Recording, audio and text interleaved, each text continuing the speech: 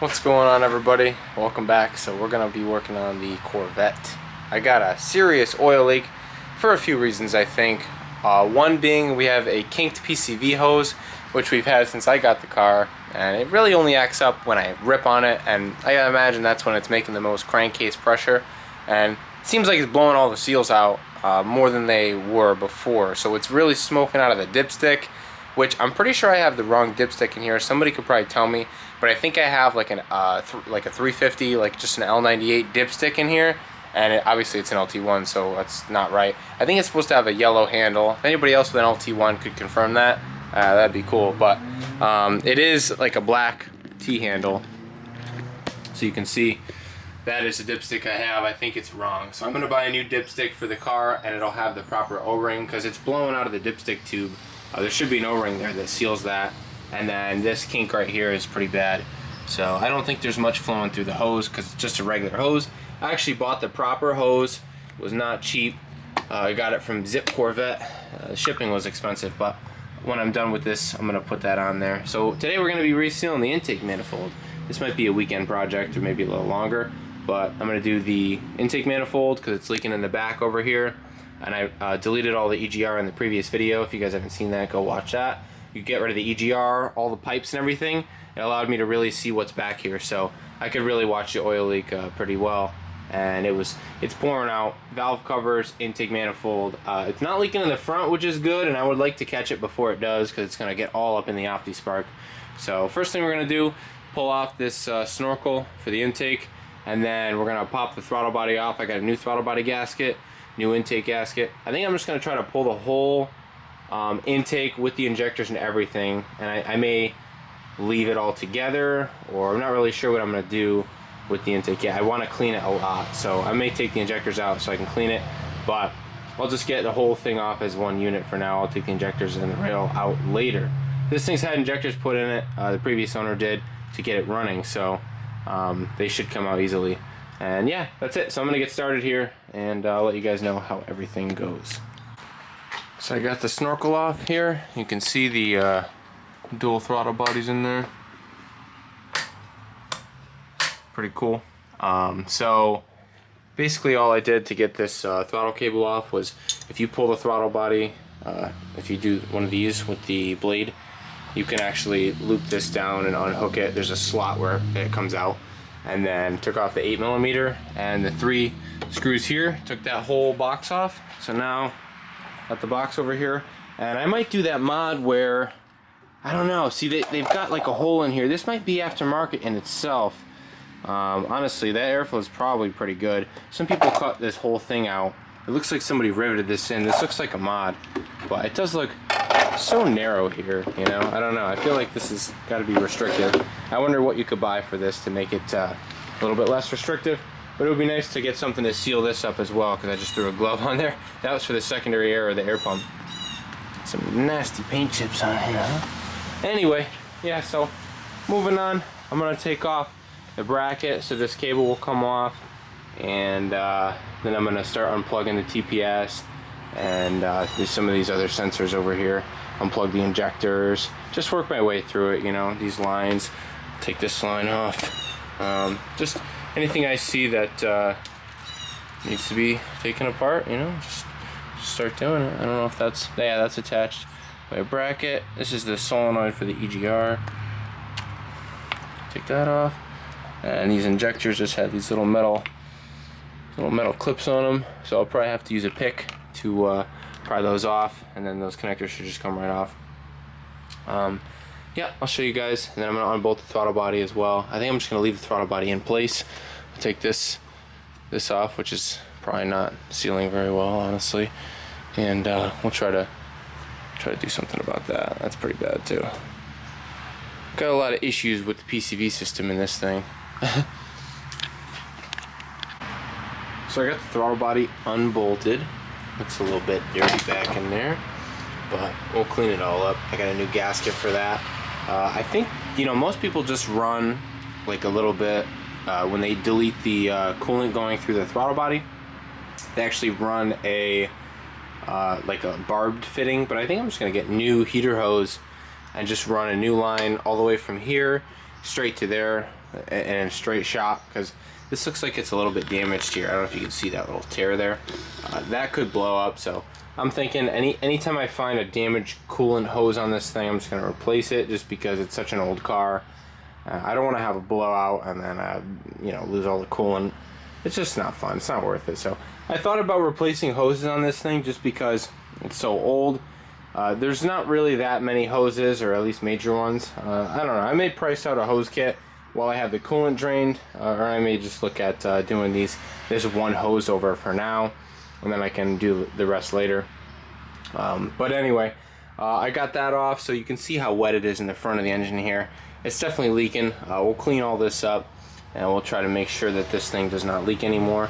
It's going to be nice to have a fresh and clean engine that doesn't leak. I don't know what, that's a plug wire there. That's crazy. All the plug wires coming from down low in the front, going all the way around to the back. The OptiSpark really is cool. Anyway, so yeah, I've just been plugging along here and removing some stuff. So now I think I'm gonna move the harness. I'm gonna take these posts off because they hold the harness on. I gotta take this bracket off to get it out of the way. So just little stuff here and there. And if you are not gonna touch the coolant, it's a good idea to pull the throttle body off like that and just let it sit. That way you don't have to drain the cooling system to do this job. So I'm gonna try to get these injector clips out now with a pick. I'll see how much success I have with those, just unplugging those. So I just found it easiest to get these metal clips off if you just stick a pick sort of in one side here and just sort of pry out that way, and then you can grab it and pull it from the other side. So I got all these disconnected here. Now I gotta get a 10 mil wrench and take these studs out for the covers, for just the decorative covers. I got all the hoses off here, and I got these off as well. You're going to need a fuel line disconnect kit to get these fuel lines off. That's pretty easy. Okay, so I'm going in things maybe a slightly different manner than you will. I'm also doing the valve covers at the same time, just because I just want to alleviate any top engine leaks here. Just make it nice and easy. So taking off the intake manifold, but I'm also going to do the valve covers. So I took the harnesses back all the way on both sides. I went in and undid everything, pretty much from, I think from the OptiSpark to that's probably the ignition coil or ignition module over there. A couple of connectors there, a couple of connectors here and there. I just, you know, coolant temp sensor down low. I took all the connectors off, that way I can fold the harness off over here. Just get everything completely out of the way, so I'm free and clear to remove the intake and remove the valve cover gaskets, or valve covers themselves. So I don't know if I have to do the alternator. I'm going to try to cheat it. I may have to remove the alternator though to get this valve cover off. I'll let you guys know if I can cheat it or not. But yeah, so that's pretty much it. It's really not a hard job at all. I'm already ready. So I got a vacuum over there. I'm gonna start removing some of this debris, because there's a lot of debris here. I'll just scrape it up and suck it out with the vacuum first, because I don't want any of that to fall down into the intake runners in the cylinder head. And then I will pull the intake. So I'm just going to take all the 14s out that hold the intake in and yank it off.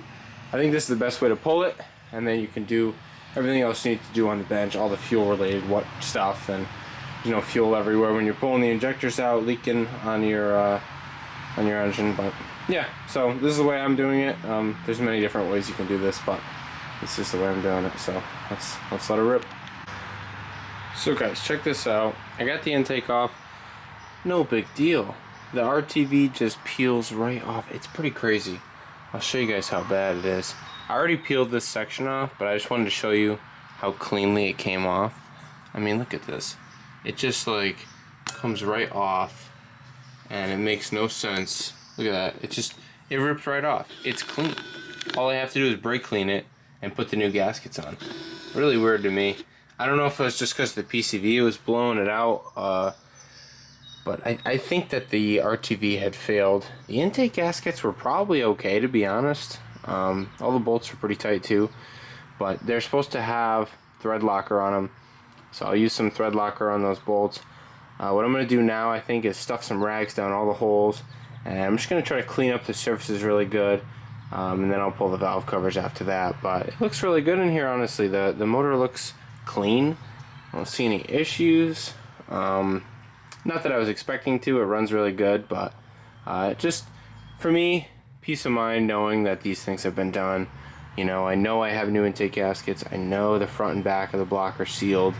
If I still have a leak back here, I'll unthread this oil pressure switch situation and I'll reseal that. I almost think I should do that while I'm here because it might be so easy, and I might do that, to be honest, just because it's gonna be easy. But anyway, I'm gonna do some cleaning and we'll see what we can make this look like here.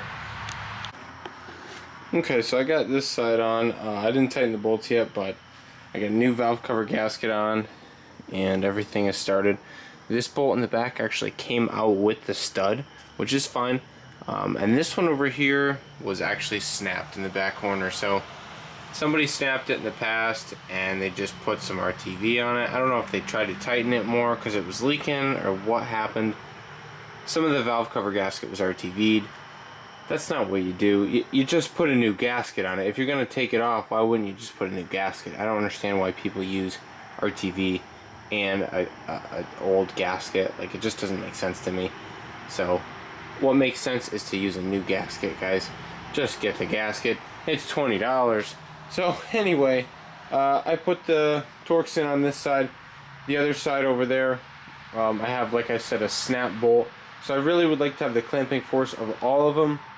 So what I did was I put the bolt together, and I'm gonna try to attempt to weld the top section to the stud.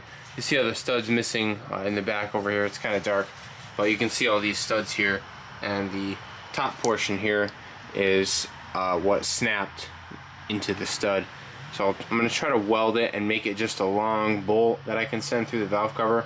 Like this side came out anyway, and it ended up working out. So I'm gonna attempt to fix it without paying any money because I don't want to buy one of these bolts and stud combos. I'm sure it'll be expensive for just this one bolt, but I do want the clamping force and I don't want the valve cover to leak. So I'm gonna try to do that, and then once I get that done, I can throw the intake on. I cleaned it up pretty good.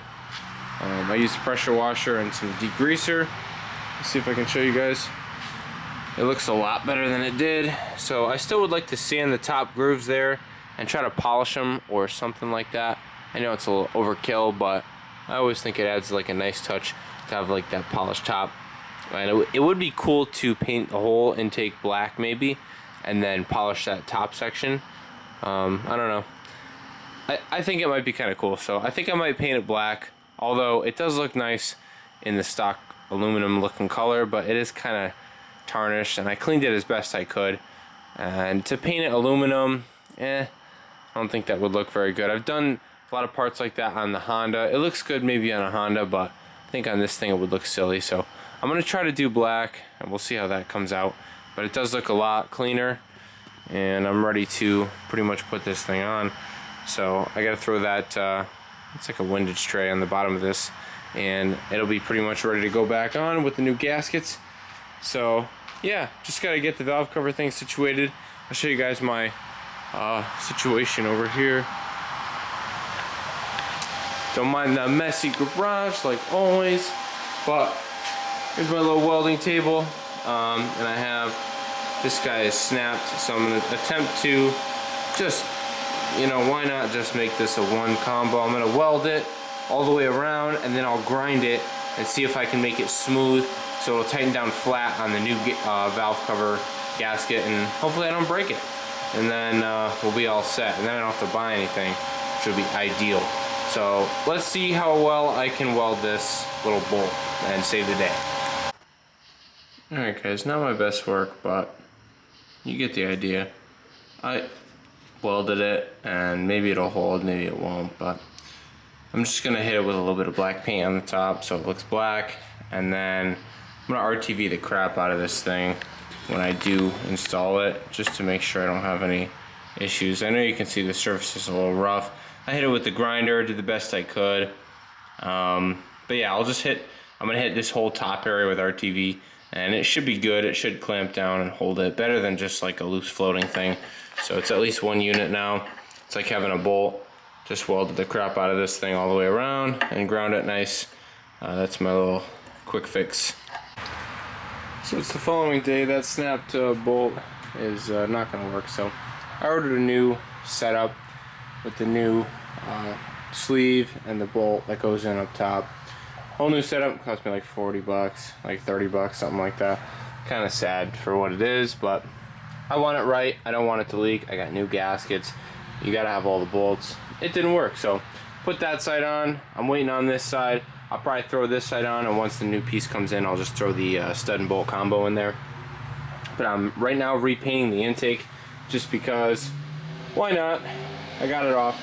So I'll probably clean up a couple more things. And somebody's ripping in a couple of old cars there, Bel Air and some other car.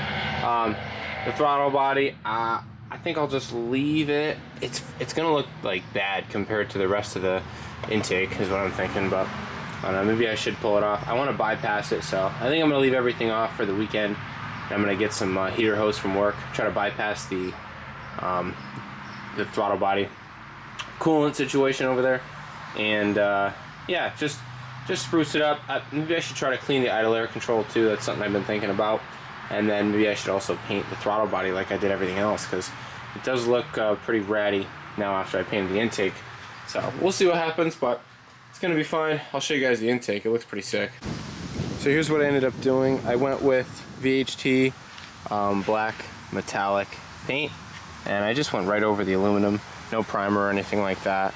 I cleaned it up really good, pressure washed it. It was pretty nice and spotless. So I hit it with two to three coats of the black metallic, and then I went back and sanded all this with a DA sander. I had 120 and then 220, and then I hit it with some mag and aluminum polish, just a little mother's polish, just to give it a little bit of shine. And then I came back and hit the whole thing with the clear coat, like an engine enamel clear coat. So you can kind of see the sparkle in it. In the right light, you can see the metallic. It looks good, honestly. I'm excited. The clear came out pretty good over the bare aluminum.